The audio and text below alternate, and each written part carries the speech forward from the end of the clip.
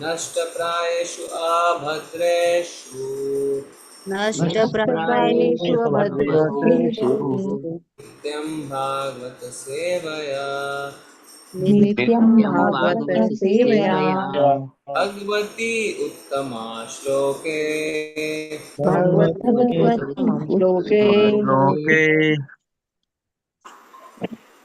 भक्तिर्भवती नैष्टिकी भक्तिर्भवती नैष्ठिकी। श्रीमद् भागवतम स्कंद 2 अध्याय 6 श्लोक संख्या 1। ब्रह्मोवाच ब्रह्मा उवाच ब्रह्मोवाच वाचां वहनेर्मुखं क्षेत्रम् वाचां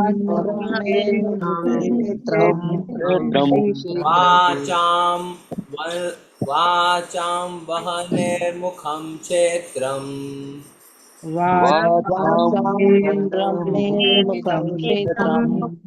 छन्दसां सप्तधातवः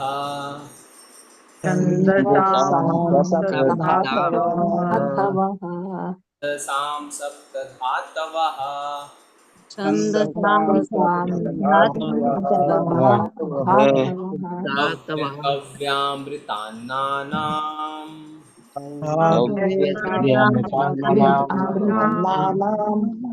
कव्यकव्यामृतान्नानाम्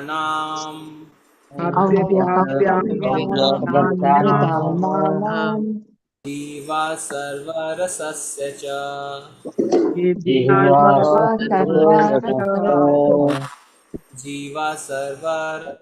सर्वरसस्य च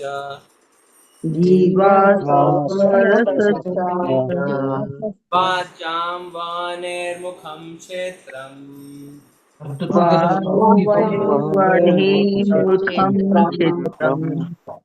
छन्दसां सप्तधातवः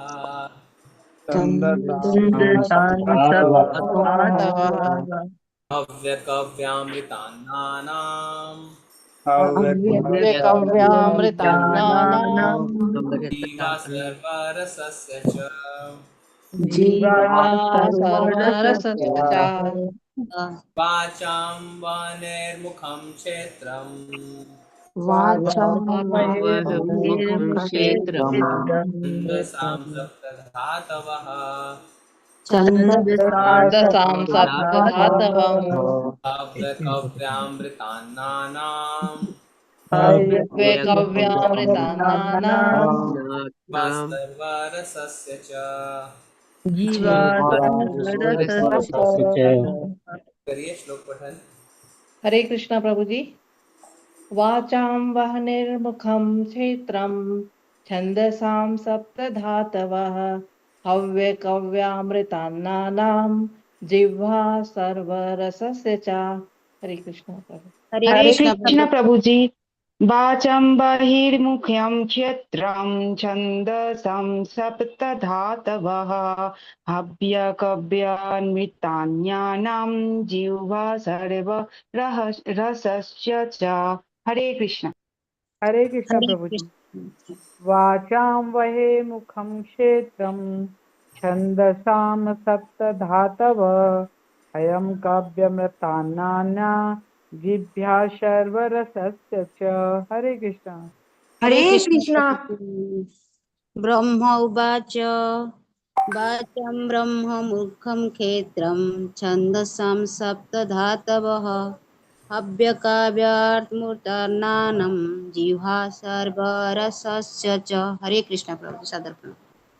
हरे कृष्ण प्रभु जी। ब्रह्म उवाच वाचं बह्ने मुखं क्षेत्रं छन्दसां सप्तधातवः हव्यकव्यामृतान्नानां जिह्वा सर्वरसस्य च।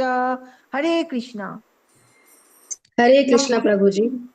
ब्रह्मोवाच वाचां वह्नेर्मुखं क्षेत्रं छन्दसां सप्तधातवः हव्यकव्यामृतान्नानां जीवा सर्वरसस्य च। हरे कृष्ण प्रभु जी। हरे कृष्ण प्रभु जी। धनुत प्रणाम। ब्रह्म उवाच वाचां वह्ने मुखं क्षेत्रं छन्दसां सप्तधातवः हव्य कव्य अमृत अन्नानां जिह्वा सर्वरसस्य च। हरे कृष्ण। हरे कृष्ण हरे प्रभु जी। कृष्ण प्रभु। ब्रह्मोवाच वाचां वह्निर्मुखं क्षेत्रं छन्दसां सप्तधातवः अव्यकव्यामृतान्नानां जिह्वा सर्वरसस्य च। हरे कृष्ण प्रभु जी। हरे कृष्ण प्रभु जी। ब्रह्मोवाच वाचां वहे मुखं क्षेत्रं छन्दसां सप्तधातवः अव्यकव्य अमृता अनानां जिह्वा सर्वरसस्य च। धन्यवाद। शब्दार्थ देखते हैं। ब्रह्म उवाच, ब्रह्मा ने कहा, वाचाम वाणी की, वहने है अग्नि का, मुखम मुख, क्षेत्रम जनन केंद्र, छंदसाम वैदिक मंत्रों का, यथा गायत्री का, सप्त सात धातवः त्वचा तथा अन्य 6 स्तर, अव्यकव्य देवताओं तथा पितरों को दी गई भेंट, अमृत मनुष्य का भोजन, अन्नानाम सभी प्रकार के खाद्य पदार्थों का, जीवा जीव, सर्व समस्त, रसस्य समस्त व्यंजनों का, च भी। अनुवाद तात्पर्य श्रील प्रभुपाद जी के द्वारा। श्रील प्रभुपाद जी की जय। ब्रह्मा ने कहा, विराट पुरुष का मुख वाणी का उद्गम केंद्र है और उसका नियामक देव अग्नि है। उनकी त्वचा तथा अन्य 6 स्तर आवरण वैदिक मंत्रों के उद्गम केंद्र हैं और उनकी जीभ देवताओं, पितरों तथा सामान्य जनों को अर्पित करने वाले विभिन्न खाद्यों तथा व्यंजनों रसों का उद्गम है। टीका दोहराएं। ब्रह्मा ने कहा, ब्रह्मा ने ब्रह्मा ने कहा, विराट पुरुष का मुख विराट पुरुष का मुख वाणी का उद्गम केंद्र है वाणी का उद्गम केंद्र है है और उसका नियामक देव अग्नि है। और नियामक उसका नियामक देव देव है। उनकी त्वचा तथा अन्य 6 स्तर आवरण उनकी त्वचा तथा अन्य आवरण वैदिक मंत्रों के उद्गम केंद्र है वैदिक मंत्र के उद्गम केंद्र है। है और उनकी जीभ और उनकी जीभ देवताओं, पितरों तथा सामान्य जनों को देवताओं, पितरों तथा सामान्य जनों को अर्पित करने वाले विभिन्न खाद्यों अर्पित करने वाले विभिन्न विभिन्न खाद्यों खाद्यों तथा व्यंजनों रसों का उद्गम है। तथा व्यंजनों व्यंजनों का उद्गम है। पढ़िए तात्पर्य। हरे कृष्णा। रेखा माता जी पढ़िए। हरे कृष्ण माता जी। हरे कृष्ण प्रभु जी। सादर प्रणाम। तात्पर्य श्री प्रभुपाद जी के द्वारा श्री प्रभुपाद जी के लिए। तात्पर्य, यहाँ पर भगवान के विराट रूप के ऐश्वर्य का वर्णन हुआ है। यह कहा गया है कि उनका मुख सभी प्रकार की वाणी का उद्गम केंद्र है और इसका अधिष्ठाता देव अग्निदेव है। उनकी त्वचा तथा शारीरिक रचना के 6 स्तर गायत्री जैसे 7 प्रकार के वैदिक मंत्रों के सृजन केंद्र हैं। गायत्री समस्त मंत्रों का शुभारंभ है और श्रीमद् भागवतम के प्रथम खंड में इसकी व्याख्या हुई है। क्योंकि इसके जनन केंद्र हैं, जितने जनन केंद्र हैं वे भगवान के विराट रूप के विभिन्न अंग हैं और चूंकि भगवान का रूप भौतिक सृष्टि से परे है, अतः यह समझना चाहिए कि वाणी, जीव, त्वचा आदि से वह बोध होता है कि भगवान का दिव्य रूप इससे रहित नहीं होता, क्योंकि भौतिक वाणी या भोजन ग्रहण करने की शक्ति मूलतः भगवान के से उत्पन्न होती है। ऐसी क्रियाएं मूल आगानों के विकृत प्रतिबिंब है। दिव्य अवस्था भी आध्यात्मिक विविधता से रहित नहीं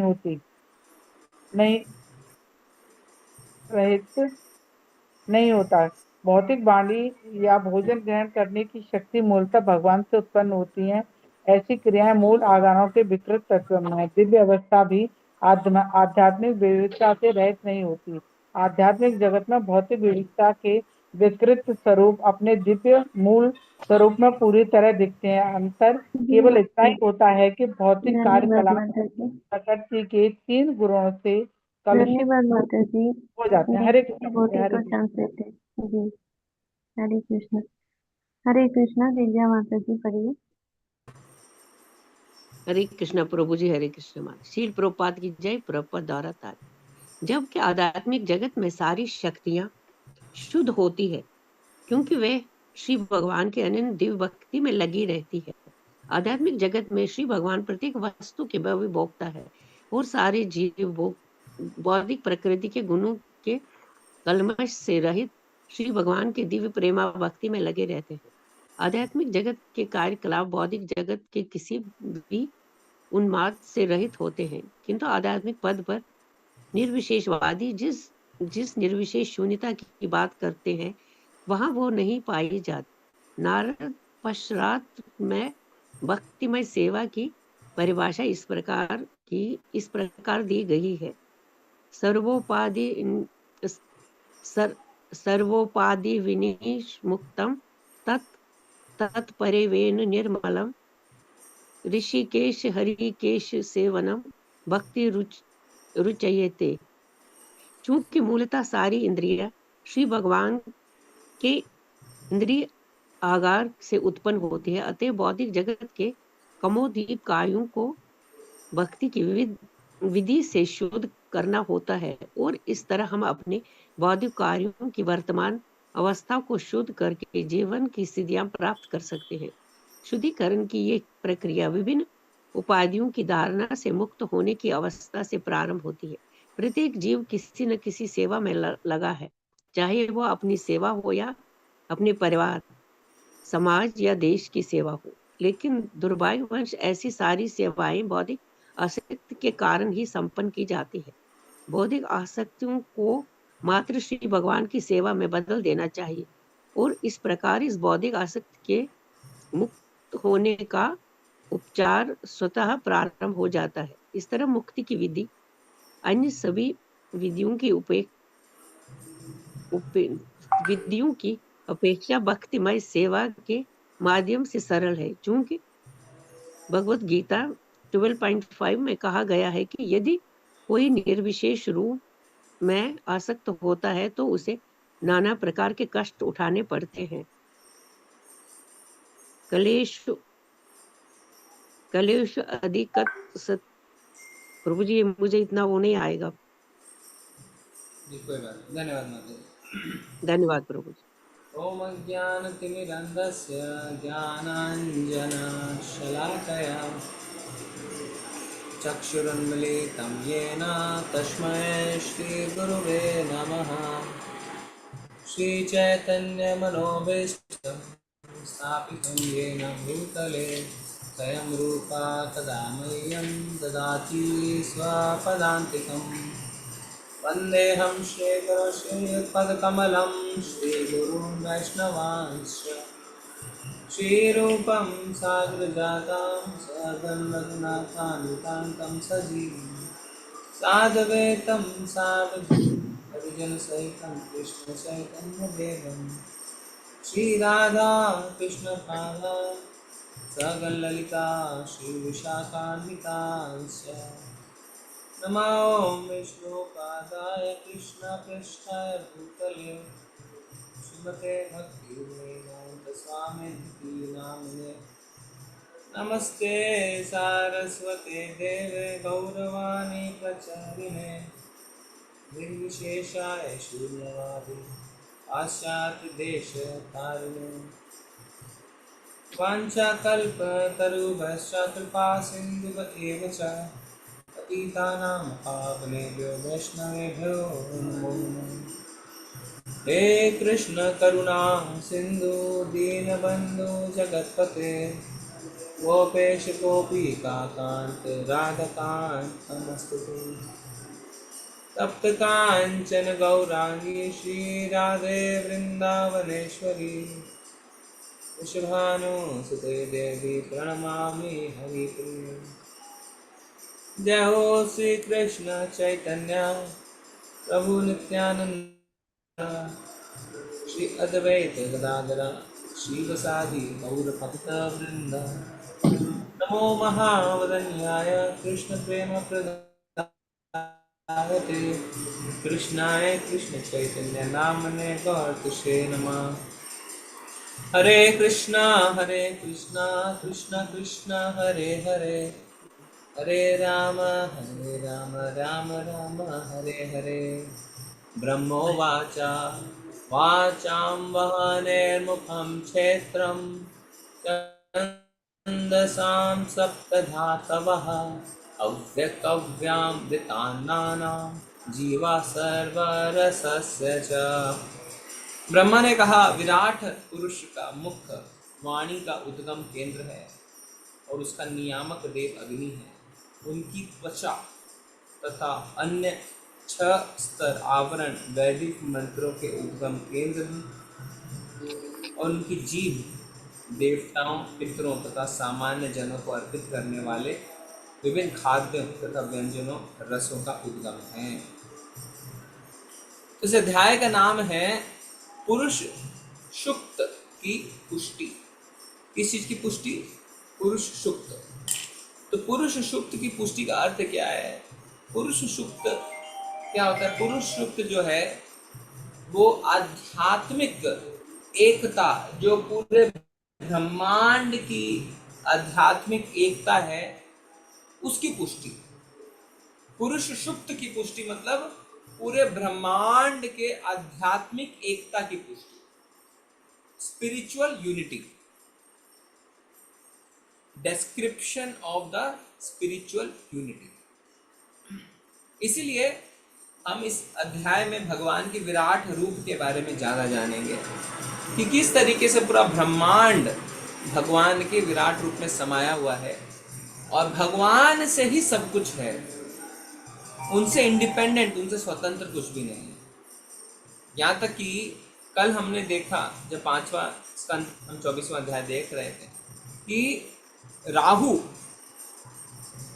जिसे 30,000 योजन तक फैला हुआ ग्रह मिल गया, जो चंद्रमा और सूर्य से भी ज्यादा बड़ा है। सूर्य कितने योजन तक फैला है, आपको याद है? हरे कृष्ण प्रभु जी 10,000। 10,000। 10,000 चंद्रमा 20,000 20,000।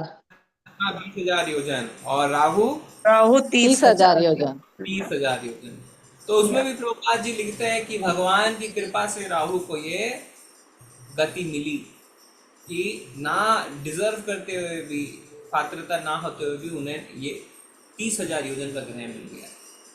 तो भगवान से अछूता, भगवान से इंडिपेंडेंट कुछ भी नहीं है। उस बात की पुष्टि, spiritual unity of the universe, आध्यात्मिक एकता, ब्रह्मांड की आध्यात्मिक एकता की पुष्टि आज मतलब इस अध्याय में होने वाली है।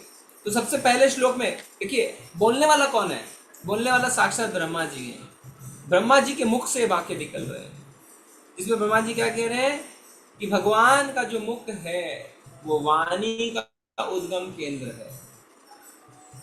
जो वाणी है, जो हम बोलते हैं, वो कहाँ से उत्पन्न हुई? हम बोलना कहाँ से शुरू हुआ? मुख से। भगवान का मुख, यानी भगवान के कारण ही ये संभव है। देखिए, कल एक बात आ रही थी मन में कि हमने अलग अलग ग्रहों के नाम पढ़े, अतल, वितल, रसातल, तलातल, महातल, रसातल,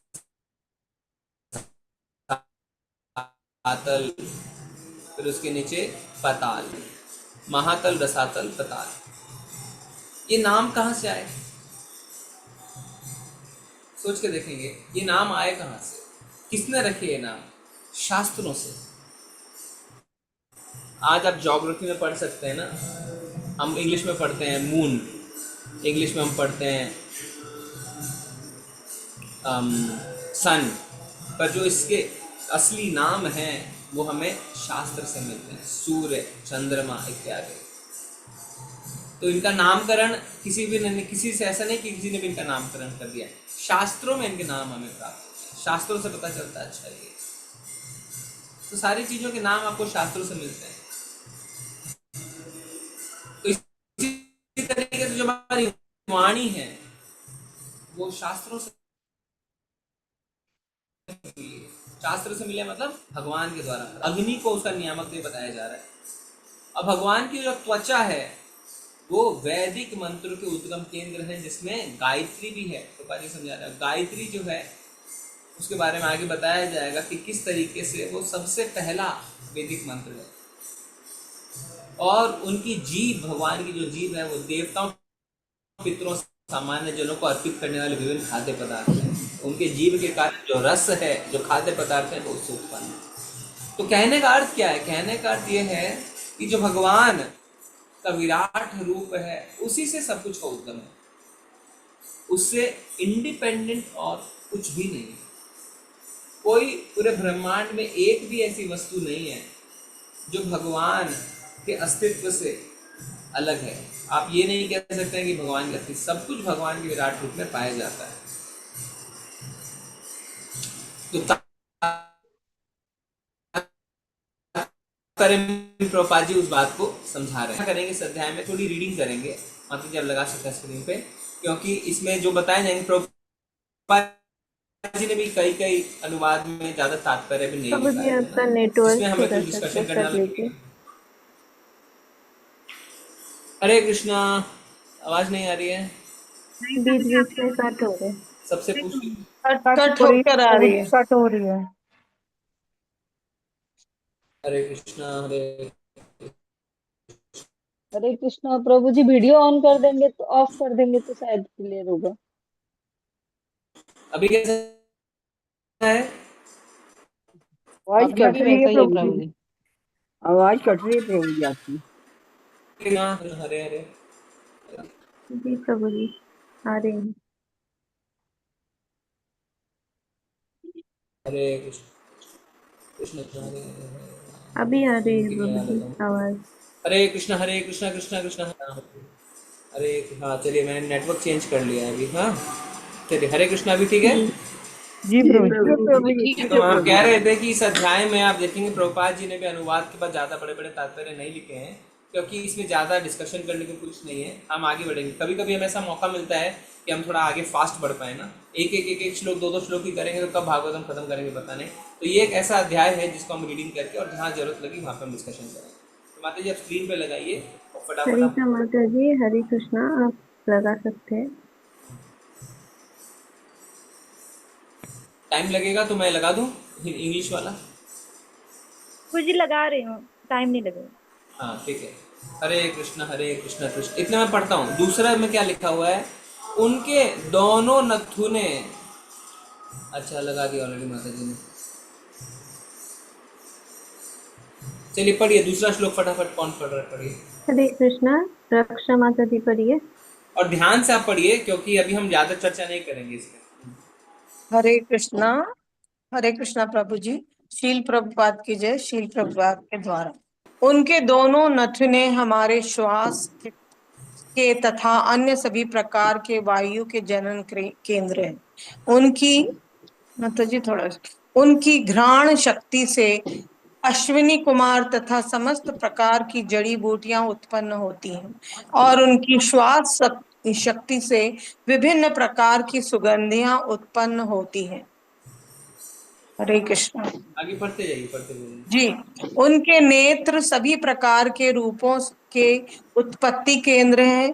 वे चमकते हैं तथा प्रकाशित करते हैं। उनकी पुतलियां नेत्र गोलक सूर्य तथा देवी नक्षत्रों की भांति हैं। उनके कान सभी दिशाओं में सुनते हैं और समस्त वेदों को ग्रहण करने वाले हैं। उनकी श्रवणेन्द्रियां आकाश तथा समस्त प्रकार की ध्वनियों की उद्गम है।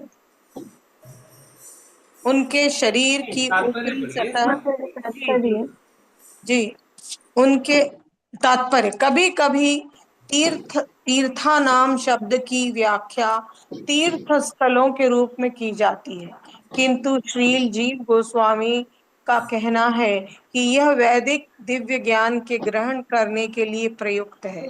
वैदिक ज्ञान के समर्थकों को तीर्थ कहा भी जाता है। हरे कृष्णा।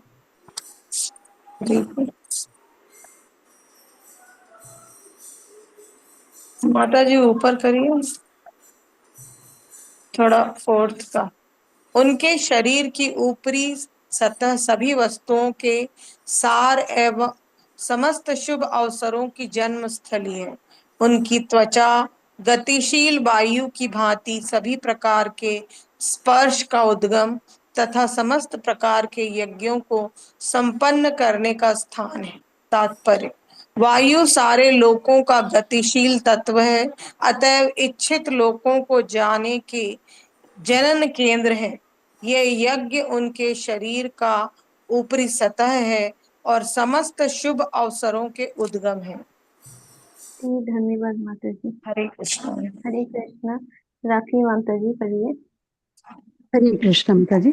उनके शरीर के रोम समस्त प्रकार की वनस्पतियों के कारण हैं, विशेष रूप से उन वृक्षों के जो यज्ञ की सामग्री अर्थात अवयव के रूप में काम आते हैं।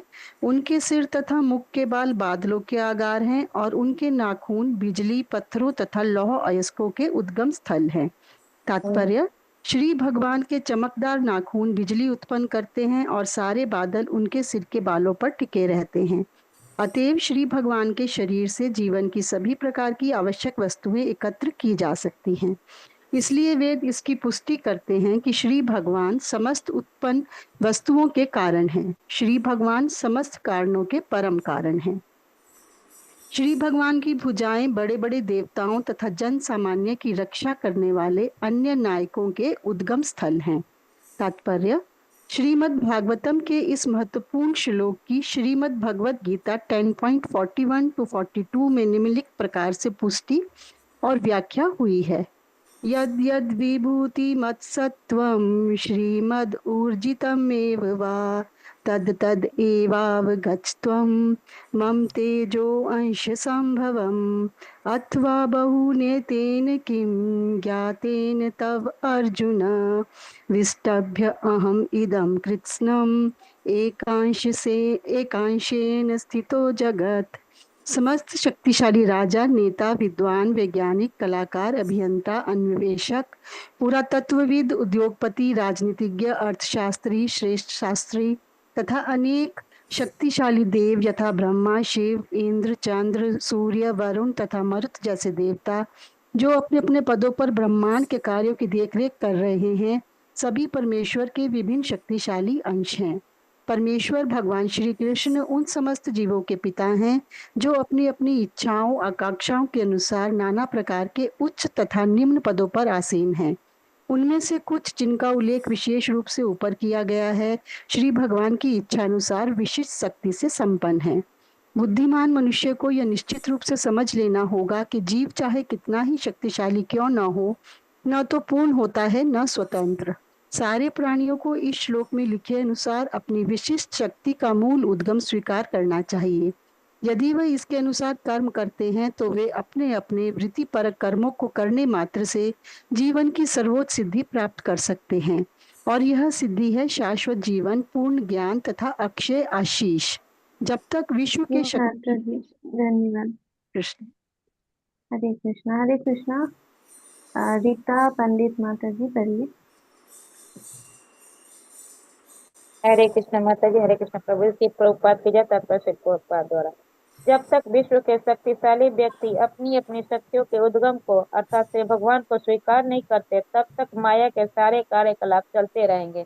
माया के कार्य ऐसे होते हैं कि शक्तिशाली व्यक्ति भ्रामक भौतिक शक्ति द्वारा दिग्भ्रमित होकर अपने को इस विश्व में सर्वे सर्वा मान बैठता है और इस चेतना का विकास नहीं कर पाता। फलस्वरूप संसार में मिथ्या अहंकार भाव, मैं तथा मेरा का प्राधान्य हो जाता है और अस्तित्व के लिए मानव समाज में कठिन जीवन स्पर्धा चल रही है। अतः बुद्धिमान वर्ग के लोगों को चाहिए कि श्री भगवान को समस्त शक्तियों का चरम स्रोत स्वीकार करें और उनका आशीर्वाद प्राप्त करने के लिए उनको सम्मान प्रदर्शित करें। श्री भगवान को प्रत्येक वस्तु का परम स्वामी स्वीकार कर लेने से मनुष्य की जीवन की सर्वोच्च सिद्धि मिल सकती है, क्योंकि वे वास्तव में ऐसे हैं।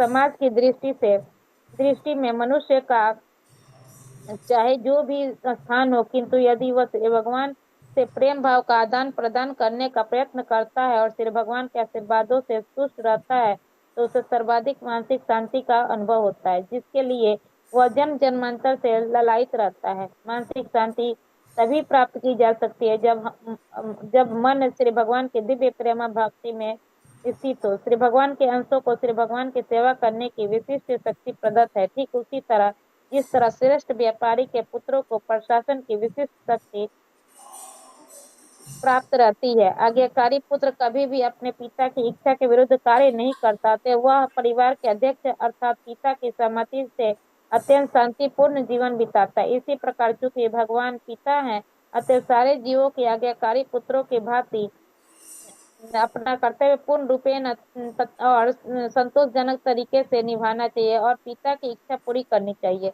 इस प्रवृत्ति से ही मानव समाज में तुरंत शांति तथा संपन्नता आ सकेगी। हरे कृष्ण प्रभु थैंक यू माता माता जी। जी। देखिए एक छोटा सा बिंदु है, छोटे से पॉइंट पे प्रभुपाद जी ने इतना बड़ा तात्पर्य लिखा है कि हमें सब चीज़ का स्वामी भगवान को मान लेना चाहिए। तो कई लोग सोचेंगे हाँ ठीक है मान लिया तो क्या नहीं, इसमें बहुत कुछ हमारे जीवन में बदलाव आ जाएगा।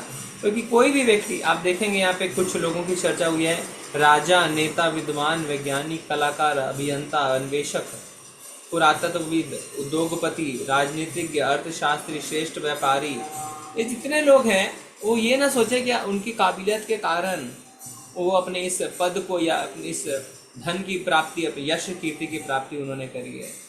कोई बुद्धिमान व्यक्ति, कोई सक्सेसफुल व्यक्ति ये ना सोचे, क्योंकि सब कुछ श्री भगवान के कारण है। जब वो ऐसा सोच लेता है ना, तो क्या होता है, उसका अहंकार सारा खत्म हो जाता है, वो भगवान को समर्पित हो जाता है, समर्पण आ जाता है उसके अंदर, और मैं और मेरा की भावना चली जाती है। वो ये नहीं सोचता ये मेरा है, वो अपनी चीज़ों को शेयर करता है, क्योंकि उसे पता है ये तो भगवान का है, हाँ मैं निमित्त मात्र हूँ, भगवान ने मेरे जरिए किया है।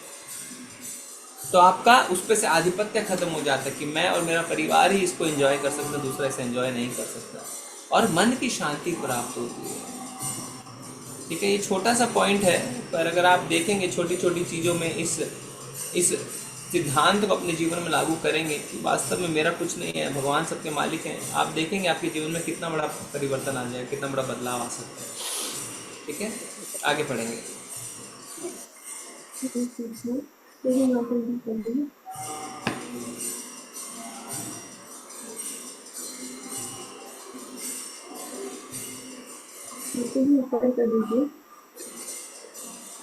हरे कृष्णा। भगवान के अगले डंग उद्धो अधो तथा सर्वलोक के एवं हमें जो भी चाहिए उसके आश्रय है। उनके चरण कमल सभी प्रकार के भय के लिए सुरक्षा का काम करते हैं। तात्पर्य प्रभुपाद की जय। सभी प्रकार के भय से पूर्ण सुरक्षा के लिए तथा जीवन की हमारी जितनी आवश्यकताएं हैं उनके लिए उनके हमको न केवल इस लोक में अपितु ऊर्ध्व अधो तथा सर्वों में भी भगवान का चरण कमलों की शरण ग्रहण करनी चाहिए। भगवान के चरण कमल पर इस पूर्ण निर्भरता को ही शुद्ध भक्ति भय सेवा करने कहते हैं और इस श्लोक में इसका प्रत्यक्ष संकेत किया गया है।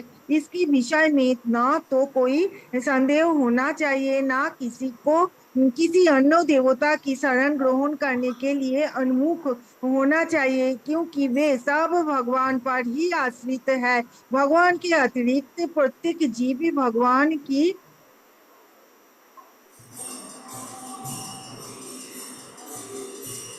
भगवान की दया पर आश्रित है, यहाँ तक कि सर्वव्यापी परमात्मा तक भगवान के परम स्वरूप पर आश्रित है।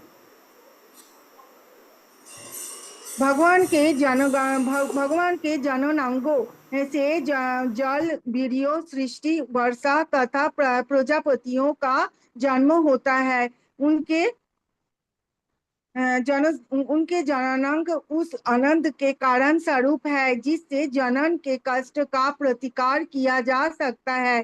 तात्पर्य प्रभुपाद की जय। जननांग तथा जनन का सुख पारिवारिक भार को कष्ट को संतुलन करना रहता है। यदि भगवत कृपा से जननांग के ऊपर एक आनंद प्रदायक वस्तु का आवरण ना हो तो जनन क्रिया बंद हो जाए। यह वस्तु इतना प्रखर आनंद प्रदान करती है कि इससे पारिवारिक भार का कष्ट भूल जाता है। पुरुष इस आनंददायक वस्तु से इतना मोहित हो जाता है कि वह एक ही संतान को जन्म देकर संतुष्ट नहीं होता, अपितु संतानों का की संख्या बढ़ता जाता है और इस आनंददायक वस्तु के कारण ही उनके पालन पोषण में कठिनाई उठाने की झंझट अपने सिर पर ले लेता है। किंतु यह आनंददायक वस्तु मिथ्या नहीं होती, क्योंकि यह भगवान के दिव्य शरीर से निकलती है। दूसरे शब्दों में आनंद प्रदायक वस्तु वास्तविकता है, लेकिन भौतिक संसर्ग के कारण इसने भौतिक कलमश ग्रहण कर लिया है। भौतिक जगत में भौतिक संसर्ग के कारण विषयी जीवन के अनेक दुखों का कारण बनता है। अतएव भौतिक जगत में ऐसे जीवन को आवश्यकता से अधिक प्रोत्साहन नहीं देना चाहिए। भौतिक जगत में उत्तरदायित्व निभाते हुए करना चाहिए। जीवन के आध्यात्मिक मूल्यों को भौतिक जगत में मानव रूप में ही साकार बनाया जा सकता है और मनुष्यों को आध्यात्मिक मूल्यों के प्रसंग में ही परिवार नियोजन करना चाहिए, अन्यथा नहीं। संतति निरोधक के उपयोग के द्वारा परिवार नियोजन अत्यंत घृणित है और भौतिक संदूषण का अत्यंत स्थूल रूप है। जो भौतिकतावादी इन उपायों का उपयोग करते हैं, वे कृत्रिम विधानों द्वारा जननांग के ऊपर आवरण की अनंत शक्ति का पूरा उपयोग करना चाहते हैं और इसके आध्यात्मिक महत्व को नहीं जानते और आध्यात्मिक मूल्यों को ज्ञान के बिना कम बुद्धिमान व्यक्ति जननांगों का उपयोग केवल भौतिक इंद्रियों आनंद के लिए करना चाहता है। हरे कृष्णा।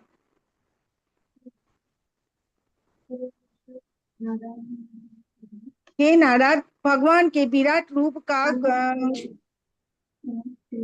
हरे कृष्णा। हरे कृष्णा। हे नारद, भगवान के विराट रूप का गुदा द्वार मृत्यु के नियामक देवमित्र का धाम है और भगवान की बड़ी आंत का छोर ईर्ष्या, दुर्भाग्य, मृत्यु, नरक आदि का स्थान माना जाता है।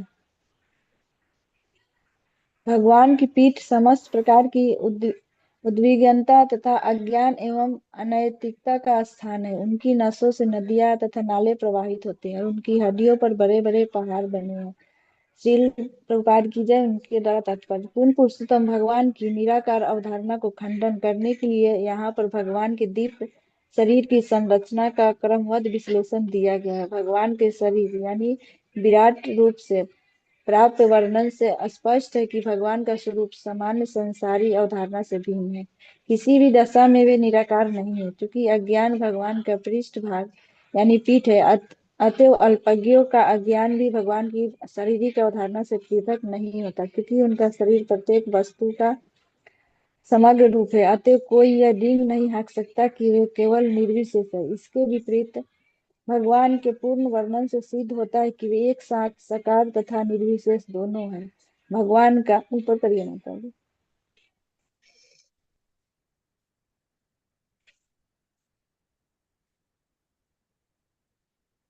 भगवान के पूर्ण वर्णन से सिद्ध होता है कि एक साथ साकार तथा निर्विशेष दोनों है। भगवान का साकार रूप उनका मूल रूप है और उनका निर्विशेष प्रकाश उनके दिव्य शरीर का प्रतिबिंब मात्र है। जो लोग सामने से भगवान का दर्शन करने का अवसर पाते हैं, वे ही भगवान के साकार रूप का साक्षात्कार कर सकते हैं। किंतु जो कुंठित है और इसलिए भगवान के अज्ञान पक्ष की ओर रखे जाते हैं, अथवा जो भगवान का दर्शन पीछे की ओर से करते हैं, वे उनके निर्विशेष रूप का ही साक्षात्कार कर सकते हैं। हाँ, तो देखिए ऐसा नहीं है तो भगवान अगर सब कुछ के स्तोत्र हैं तो जो चीजें अच्छी नहीं भी हैं उसके भी स्तोत्र हैं।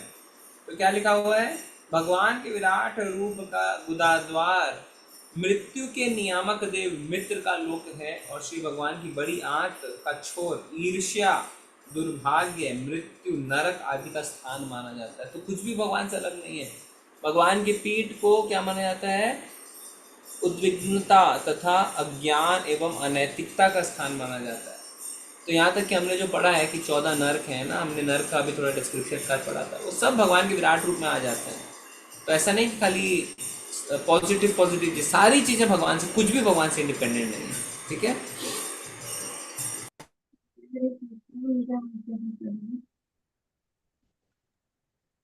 हरे कृष्ण प्रभु जी। श्री प्रभुपाद जी की जय। श्री भगवान का निराकार रूप महासागरों का आश्रय स्थान है और उनका उदर भौतिक दृष्टि से विनष्ट जीवों का आश्रय है। उनका हृदय जीवों के सूक्ष्म भौतिक शरीरों का आश्रय स्थान है। बुद्धिमान लोग इसे इस प्रकार से जानते हैं। तात्पर्य, श्रीमद् भगवद गीता 8.17 और 18 में कहा गया है कि मनुष्यों की गणना के अनुसार ब्रह्मा का एक दिन चारों युगों के 1000 युगों के तुल्य प्रत्येक 43 43 लाख लाख 3 लाख है और ब्रह्मा की रात भी इतनी ही बड़ी होती है। ब्रह्मा ऐसे 100 वर्षों तक जीवित रहते हैं और तब उनकी मृत्यु हो जाती है। ब्रह्मा, जो सामान्यतः शिव भगवान से बहुत बड़े भक्त होते हैं, अपनी मृत्यु के पश्चात मुक्ति प्राप्त करते हैं। इस प्रकार ब्रह्मांड ब्रह्मा द्वारा नियंत्रित फुटबॉल जैसा गोलाकार पिंड का संहार हो जाता है और किसी ग्रह विशेष के या कि पूरे ब्रह्मांड के निवासी भी विनष्ट हो जाते हैं। इस श्लोक में उल्लिखित अव्यक्त शब्द का अर्थ ब्रह्मा की रात है, जब आंशिक प्रलय होता है और उसमें विशेष ब्रह्मांड के जीव, यहाँ तक कि ब्रह्म लोग बड़े बड़े समुद्रों सहित विराट पुरुष के उदर में आश्रय ग्रहण करते हैं। ब्रह्मा की रात बीतने पर पुनः सृजन होता है और शिव भगवान के उदर में स्थित सारे जीव अपनी अपनी भूमिका निभाने के लिए छोड़ दिए जाते हैं, मानो वे गहरी निद्रा से जगे हो। चूंकि जीव कभी नष्ट नहीं होते हैं, अतः भौतिक जगत का संहार होने पर जीवों का अस्तित्व नहीं मिटता। लेकिन जब तक मुक्ति नहीं मिलती, तब तक जीव को एक शरीर त्याग कर पुनः दूसरा शरीर धारण करना होता है। यह मनुष्य जीवन शरीर के बारंबार होने वाले परिवर्तन का समाधान निकालने के लिए होता है, जिसके फलस्वरूप आध्यात्मिक आकाश में स्थान प्राप्त हो सके, जहाँ प्रत्येक वस्तु सनातन, आनंदमय तथा ज्ञान से परिपूर्ण है। दूसरे शब्दों में जीवों के सूक्ष्म रूप परम पुरुष के हृदय में रहते हैं और सृजन के समय वे आकार ग्रहण कर लेते हैं। जी धन्यवाद मासी। देखिए, ये एक तात्पर्य है, मात्र एक तात्पर्य है। हम क्योंकि रोज रोज रोज रोज एक चीज पढ़ रहे हैं, हमें बहुत बड़ी चीज नहीं लग रही है। अब मान लीजिए एक व्यक्ति जिसने पहली बार प्रभुपाद का किताब उठाया हो और वो इस तात्पर्य को पढ़ ले, एक साथ उसके कितने प्रश्नों के उत्तर मिल जाएंगे, है ना। क्या लिखा हुआ है? ब्रह्मा जी के उम्र का कैलकुलेशन, उनके 100 साल हमारे कितने सालों के बराबर हो। फिर प्रश्न उठता है ब्रह्मा जी का क्या होता है? ब्रह्मा जी की मृत्यु के बाद उनको मुक्ति प्राप्त हो जाती है। फिर क्या होता है? ब्रह्मा जी मर जाते हैं तो क्या होता है? संहार हो जाता है। और संहार में क्या होता है? सब कुछ विनिष्ट हो जाता है। तो आप बोलेंगे क्या आत्माएं सब खत्म हो जाती हैं? तो लिख रहे नहीं, ऐसा नहीं होता है। क्यों? क्योंकि जीव जो है उनका कभी भी विनाश नहीं होता है, वो मिटते नहीं हैं, मानो गहरी निद्रा से उठते हैं और अपनी अपनी भूमिका निभाने के लिए फिर से शुरू हो जाते हैं। तो पूरा आत्मा का जो कॉन्सेप्ट है, सोल का जो कॉन्सेप्ट है, पुनर्जन्म का जो कॉन्सेप्ट है, महत्व तत्व का जो कॉन्सेप्ट है, ब्रह्मा जी का दिन, ब्रह्मा जी की रात्रि, ब्रह्मा जी की मृत्यु, सब कुछ लिखा हुआ है। कितने सारे कॉन्सेप्ट आपके क्लियर हो जाएंगे ना, और इससे आदमी संतुष्ट हो जाएगा, उसको प्रश्नों के उत्तर मिलने लगेंगे और फिर वो धीरे धीरे प्रभुपाद को सरेंडर करेगा। ठीक है, आगे बढ़ेंगे। हरे कृष्णा। आदित्य गर्ग प्रभु जी करिए। जी माता जी, हरे कृष्णा। थोड़ा नीचे, हाँ। हरे कृष्णा। तथापि उस महापुरुष की चेतना धार्मिक सिद्धांतों का मेरा, तुम्हारा तथा चारों कुमारों सनक, सनातन, सनत कुमार तथा सनंदन का निवास स्थान है। यही चेतना सत्य तथा दिव्य ज्ञान का वास स्थान है।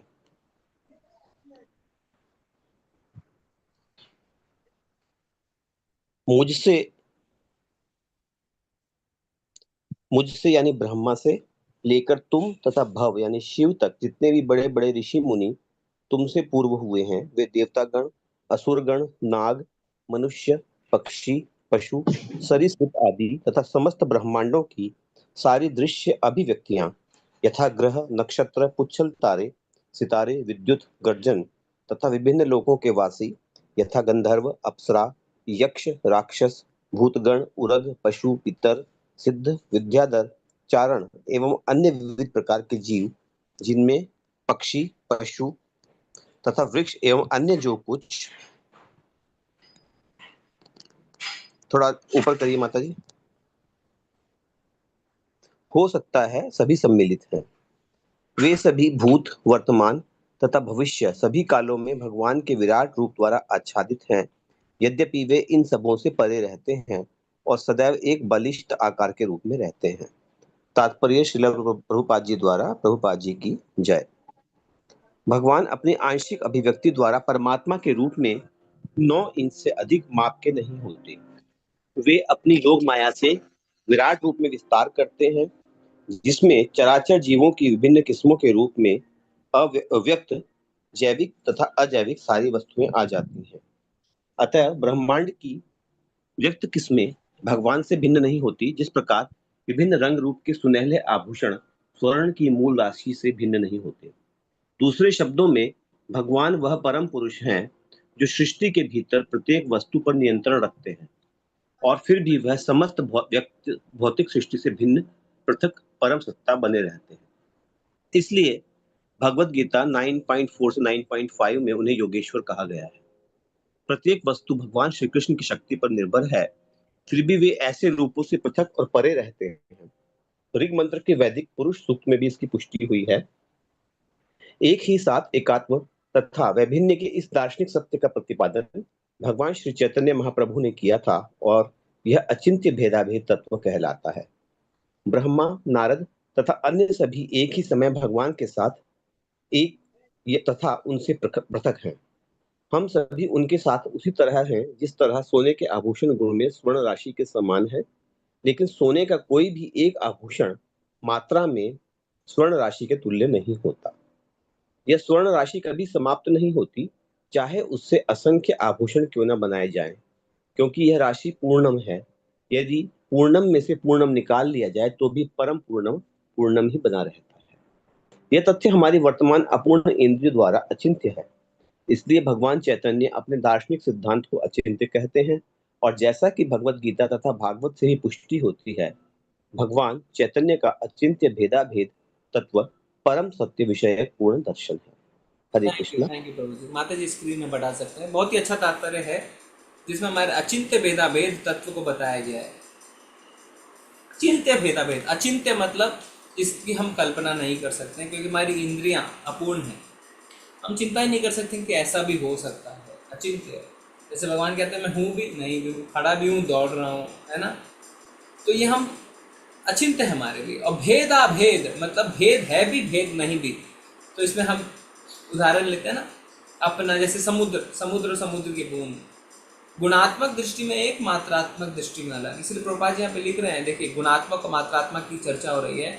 हम सभी उनके साथ सभी उसी प्रकार एक हैं जिस प्रकार सोने के आभूषण गुण शब्द है, गुण में स्वर्ण राशि के समान होते हैं, लेकिन सोने का कोई भी एक आभूषण मात्रा में स्वर्ण राशि के तुल्य नहीं होता। मात्रा में उसके बराबर नहीं है, गुण में उसके बराबर है। तो जो जीव है वो भगवान से भेद अभेद मतलब भगवान के जैसा है, किसमें? गुणात्मक दृष्टि से, क्वालिटीज में। पर गुण भेद किस चीज में है? मात्रात्मक दृष्टि में। उनके जितना हमारे अंदर क्वांटिटी नहीं है, इसलिए हम उनके बराबर नहीं है। इसे कहते हैं भेदाभेद, अचिंत्य भेदाभेद। ठीक है। तो जब आपकी ये अचिंत्य भेदाभेद सेकंड इनिशिएशन ब्राह्मण दीक्षा में बहुत ही इंपॉर्टेंट क्वेश्चन है, तो पूछते हैं जो इंटरव्यूअर होते हैं, अचिंत्य भेदाभेद बताइए। तो ये हमें चैतन्य महाप्रभु ने बताया, अचिंत्य भेदाभेद, भेद है भी और भेद नहीं भी है। तो आज यहीं तक हम रीडिंग रखते हैं, फिर अगले दिन हम शुरुआत करेंगे कल बाकी श्लोकों से। थैंक यू, धन्यवाद आप सभी का। ठीक है, कुछ ऐसे हमें अध्याय मिल जाते हैं जैसे हम फटाफट रीडिंग कर सकें और थोड़ा एटलीस्ट क्वान्टिटी में आगे बढ़े, ना जाने हम कब तक पहुँचेंगे लास्ट में। ओके, धन्यवाद आप सभी का। आशा करते हैं कि आप सब अपने घर में अच्छी तरीके से दामोदर अष्टकम का पाठ कर रहे हैं, भगवान को दीप दिखा रहे हैं, अपने फैमिली, अपने परिवार, अपने सोसाइटी, अपनी बिल्डिंग में भी प्रोग्राम आयोजित करने की कोशिश करिए। जो लोकल टेम्पल है उनसे संपर्क करिए, हो सके तो उनको बुलाइए प्रोग्राम करने के लिए। यहाँ भी हमारे टेम्पल से लोग आस पड़ोस के घरों में जा रहे हैं, उनके घर पे रोज़ प्रोग्राम हो रहे हैं। तो ये होना चाहिए, इससे भक्त जुड़ते हैं। दामोदर मंथ ऐसा महीना है जहाँ पे आप नए भक्तों को जोड़ सकते हैं। ये उनको बोल सकते हैं हम आपके घर पे आके भगवान को दीपदान करना चाहते हैं, जनरली कोई मना नहीं करेगा। और ये एक बहुत अच्छा उपाय है, बहुत अपॉर्चुनिटी अच्छी है जिससे आप उनको भक्ति में सम्मिलित कर सकते हैं। ठीक है, तो चलेंगे। वेटिंग रूम किसी ने चालू कर दिया है। एनीवेज चलते हैं फिर। आज बहुत बहुत धन्यवाद आप सभी का। वांछा कल्पतरुभ्यश्च कृपा सिंधु वैवच पतितानां पावनेभ्यो वैष्णवेभ्यो नमो नमः। अनंत कोटि वैष्णव वृंद की जय। श्री ललितास ठाकुर की जय। श्री प्रभुपाद श्री भगवान हरे कृष्णा प्रभु जी, जय। प्रणाम। हरे कृष्णा प्रभु जी, हरे कृष्णा प्रभु जी।